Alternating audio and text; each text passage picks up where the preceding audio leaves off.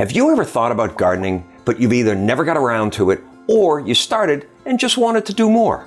Just imagine how great you'd feel if you knew you could grow your own fresh, amazing tasting vegetables. Well, you can.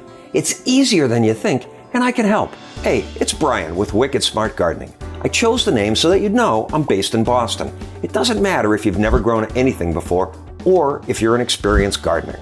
There's something here for everyone. And it doesn't matter if you're not from New England. We'll help you with that too. I've been growing vegetables all my life, but lately I've blended in my education in chemistry with my expertise in engineering and water purification to boost my gardening skills by a ton. To be able to understand what's happening way down at the most basic biological and chemical levels. To become, that's it, to become sort of the Walter White of gardening. See the resemblance? I want to help you understand enough about gardening so that you can make the right choices for whatever garden you decide to have based on where you are in your life right now. I want you to know that all the videos here are short, which means that you'll be able to find what you're looking for and fast.